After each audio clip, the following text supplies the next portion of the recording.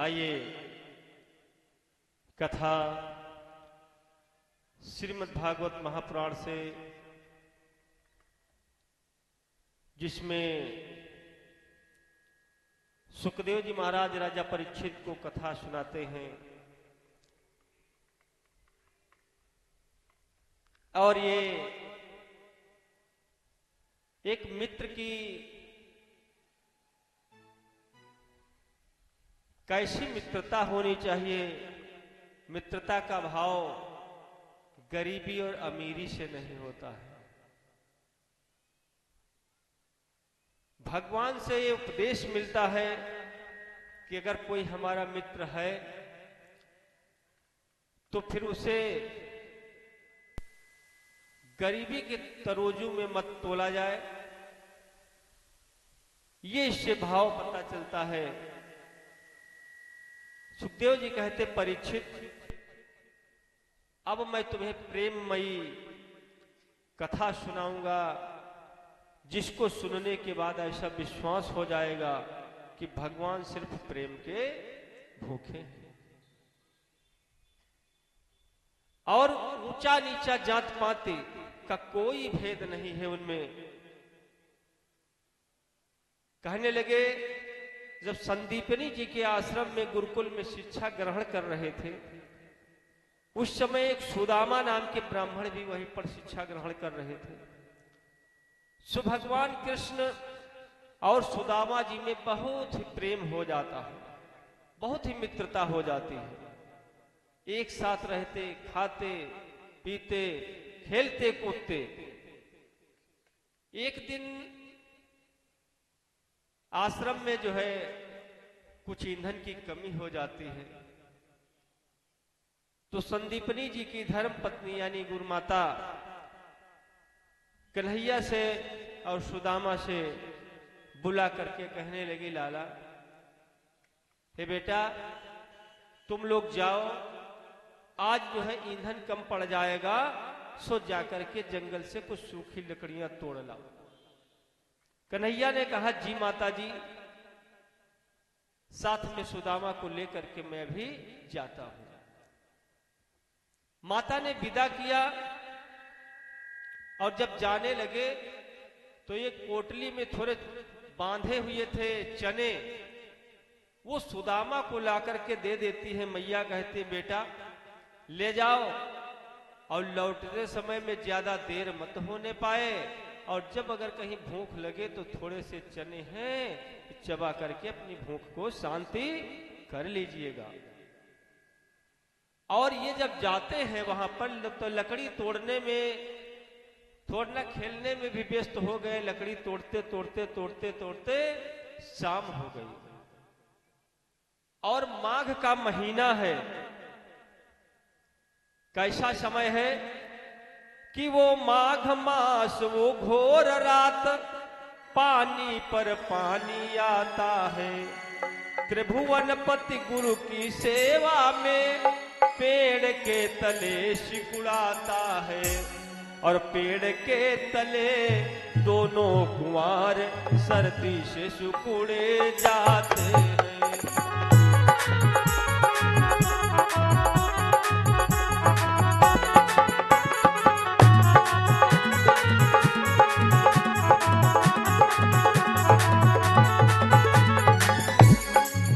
पेड़ के तले दोनों कुंवार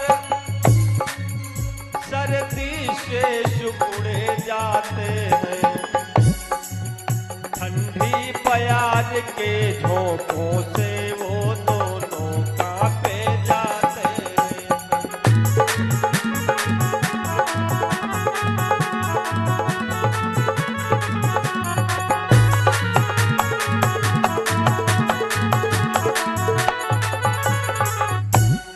माघ का महीना इतना ऐसे ही ठंड होता है, और फिर पानी बरस जाए, अगर शरीर भीग जाए और उसके बाद में अगर हवा चलने लगे तो भला कैसी स्थिति रही होगी। और अंधेला हो गया, रास्ता दिखाई नहीं पड़ता, तो सोचा कि चलो किसी पेड़ के तले छिप जाए, जब बरसात कम हो जाएगी तब चलेंगे। पूरा दिन जंगल में बीत गया, भूख भी सताने लगी और एक पेड़ पर जब चढ़ गए तो ऊपर कन्हैया और नीचे सुदामा। कन्हैया कहने लगे, सुदामा गुरु माता ने जो कुछ चने दिए थे लाओ, भूख लगी है खाया जाए। कि जो चने सुदामा बांधे था उसने मोहन को दिए नहीं, चुपके चावने लगा, प्रभु से जाहिर तक किया नहीं। उनको पता भी नहीं चला और वो खाने लगा चुपके से। मोहन बोले कट कट शब्द सुना तो कहा भ्रात क्या खाता है, और थोड़ा सा मुझको भी दे दे, भूखो दम निकला जाता है।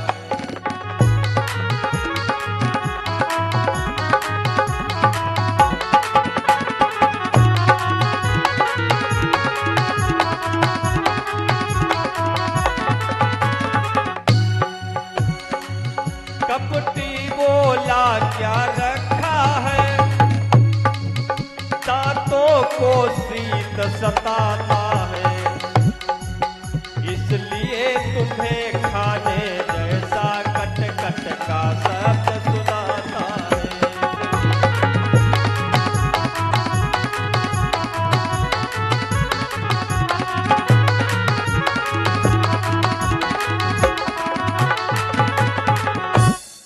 कहने लगे लाओ, माता ने कुछ चने दिए थे हम भी खा ले और तुम भी खा लो, भूख बहुत लगी, पूरा दिन हो गया है। लेकिन कहने लगा कि हमारे पास चने तो नहीं है। तो कहने लगे जो कटकट की आवाज सुनाती है लगता है कुछ चीज खा रहे हो। तो कहने लगे ये ठंडक ज्यादा लग गई है इसलिए दांत कटकटा रहे हैं और चने तो हमारे पास नहीं। लेकिन अंतर्यामी को मगर था रहस्य का ज्ञान, कहे बैठे संकेत में लीलाधर भगवान। भगवान को तो सब पता था, तो जानो ये कहे बैठे कि करे बंधु गौ घात मित्र तो कपट विचारे, अब आप खाए दीन का हित न निहारे। सुनै न गुरुजन बात ईश उपदेश न धारे, मानय हितु न बीत भरोसा दई गए मारे। जो हरि हरि तज भूत प्रिय बने कपूतन में घिरे, वय विनीत संसार में सदा भीख मांगत। इतने लोग भगवान को नहीं मानते हैं, कब्र पूजते हैं और किसी का हित नहीं करना चाहते हैं, भरोसा दे करके धोखे से मारते हैं, गुरु की बात नहीं मानते हैं, ईश्वर का ध्यान नहीं करते हैं और सिर्फ अपना पेट भरना जानते हैं, दूसरे का ख्याल नहीं रखते हैं। मित्र के साथ कपट करते हैं, गौ की सेवा नहीं करते हैं। ऐसे व्यक्ति संसार में रहकर दरिद्र जरूर हो जाते। इसी साप बस विप्र को पड़ी मांगनी भीख, और एक कपट ने कर दिया उन्हें लाख से ली। जाने भगवान ने इशारे में कह दिया कि जाओ, इसकी तुम्हें इतनी बड़ी सजा मिलेगी। सुदामा ब्राह्मण की ऐसी दिनचर्या हो गई। जब वहां से जाते हैं भगवान, आपने वहां जाते हैं, बहुत कार्य करते, बहुत लीला करते हैं, द्वारिकापुरी बसाते हैं और कृष्णचंद्र जी महाराज हो जाते हैं। लेकिन सुदामा जी की ऐसी दिनचर्या होती है कि भीख मांगते फिरते हैं, पेट भर भोजन के लिए आटा दाल चावल नहीं मिल पाता है। एक दो नहीं, दसियों घर मांगने पर भी पेट भर भोजन का इंतजाम नहीं होता है, बगैर नमक के भोग लगाना पड़ता है। कैसा सौभाग्य है कि ऐसा सौभाग्य न मिला कभी, मिर्जाई भी मिल पाई हो। ऐसा जाड़ा न मिला जिसमें सिर से पांव तक रजाई हो। ऐसा समय की ठंडक चाहे जितनी हो, लेकिन एक मिर्जाई जो होती थी सदरी टाइप में, वो भी तन पे रखने के लिए कभी सुदामा जी को नसीब नहीं हुई। यहां तक कि जाड़ा कितना भी हो, रजाई इतनी बड़ी नहीं होती थी कि सर से पैर तक पूरा ढक जाए। सर अगर ढकते हैं तो पैर खुल जाते हैं, और पैर अगर ढकते तो सर खुल जाता है। और जो सिर ढाका तो पांव खुले, जो पैर ढके सीना निकला।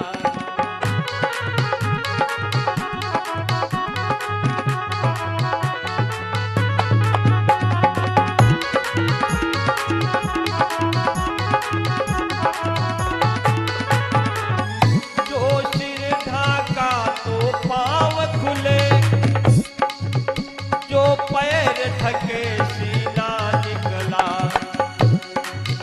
ऐसा ही जीवन जीने में मरना निकला, जीना निकला ऐसा।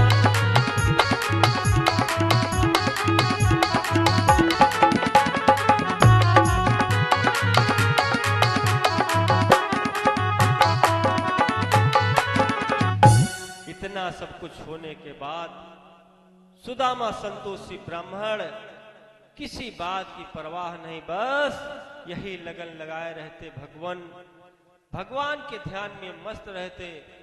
पूजा और ध्यान समय से सारे कार्य करते हैं। और क्यों? क्योंकि कहते हैं भगवान की लगन जिसमें लग जाती है, संतोष नाम का धन जिन्हें मिल जाता है, गज धन धज धन वाज धन और रतन धन खान, और जब आवै संतोष धन सब धन धूर समान। सुदामा जी मानो ये कह रहे हो कि चिंता करे बलाए हमारी सब माया धन धाम की, और बलिहारी बलिहारी देखो बलिहारी घन धाम की।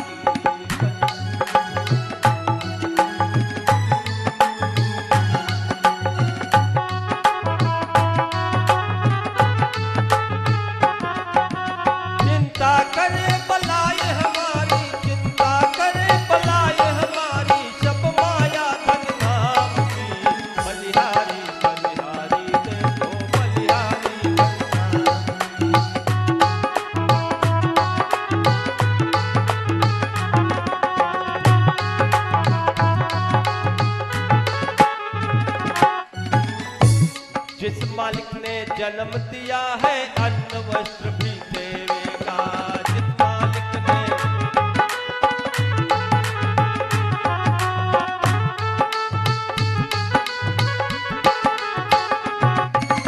सिर ढकने को छत देवेगा, खबर हमारी लेवेगा।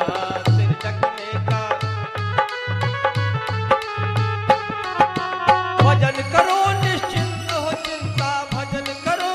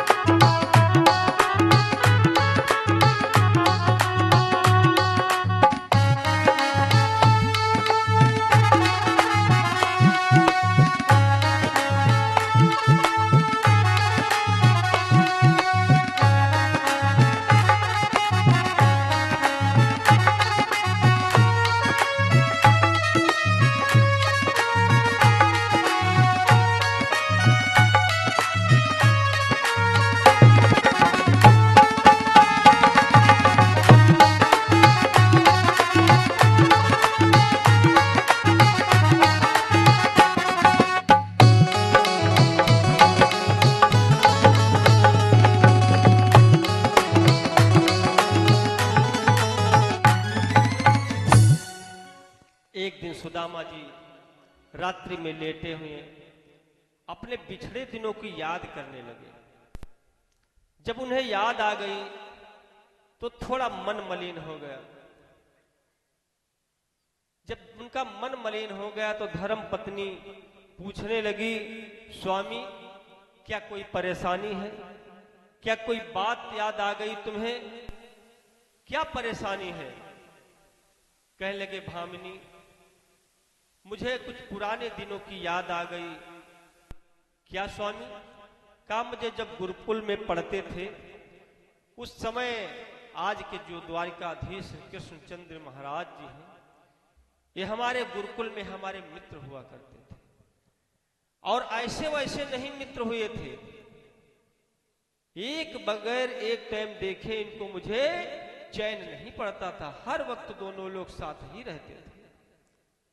हमारे बाल सखा थे, आज द्वारिकाधीश हो गए।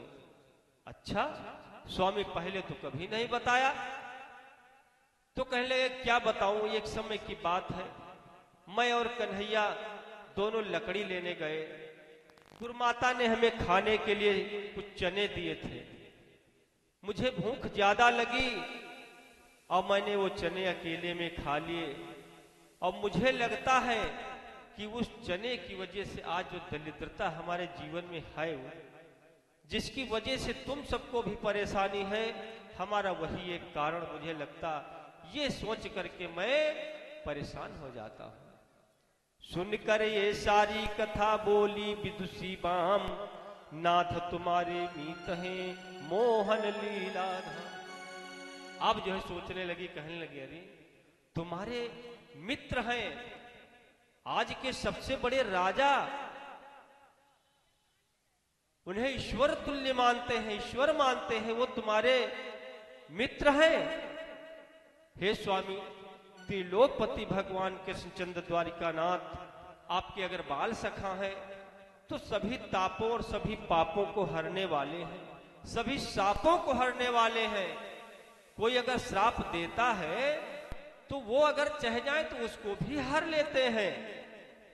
दर दर तुम भीख मांगते घूमते हो, पेट नहीं भरता, दरवाजे दरवाजे जाते हो, कोई देता है, कहीं कहीं ऐसे जाना पड़ता है। और अगर हमारे कहना मानो तो उन्हीं द्वारिकाधीश के दरबार में एक बार चले जाओ और सब सारे दुख दूर हो जाएंगे। तो कहने लगी सुशीला समझा करके स्वामी कि क्वादों की दलिया मिलती थी, घी शक्कर पर नानियत लाती, मैं चाहे शीत सहा करती, पर तुमको गुदड़ी मिल जाती। कहने लगे स्वामी, मैंने आपसे कहा नहीं, मैंने पता नहीं कितने दुख मैंने सहा है। हम जो रात्रि में ऐसे लेट करके बैठ करके कैसे काट लेती, अगर कोई व्यवस्था थी तो हम आपको जरूर देते। तो नहीं अपना मानो तो कम से कम हमारा दुख मान करके देखो कि कितना दुख उठाया है। और आज जब पता चला है कि वो भगवान, वो तुम्हारे मित्र हैं, कि अब कृष्णचंद्र साहि तू जान, तब उनके द्वार पठाती हूँ। और जिससे दुनिया को आशा है, उनसे ही आस लगाती।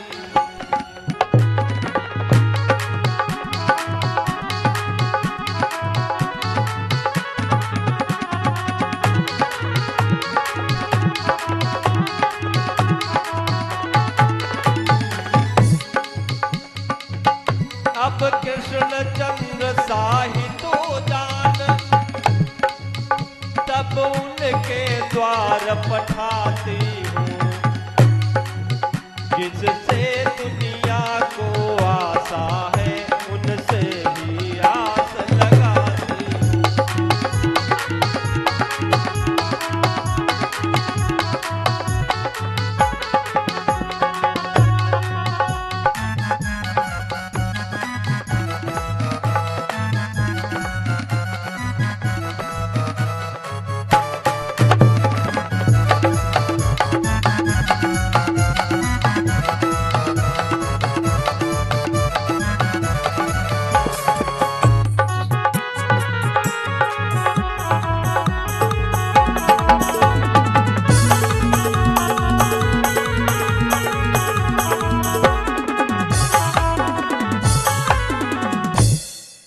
सुदामा जी से बार बार जाने के लिए प्रयत्न करने लगी।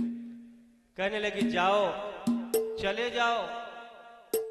और तब सुदामा जी ने झल्ला करके कहा, तुम्हें तो अविवेक हो गया है, विवेक बुद्धि से काम नहीं लेती हो, और या बता क्या दिए हैं, अब तो तुम जाने की फकत लगा रही हो, जाने जाने के लिए बार बार कह रहे हो। ठीक है मैं जाऊं तो गा,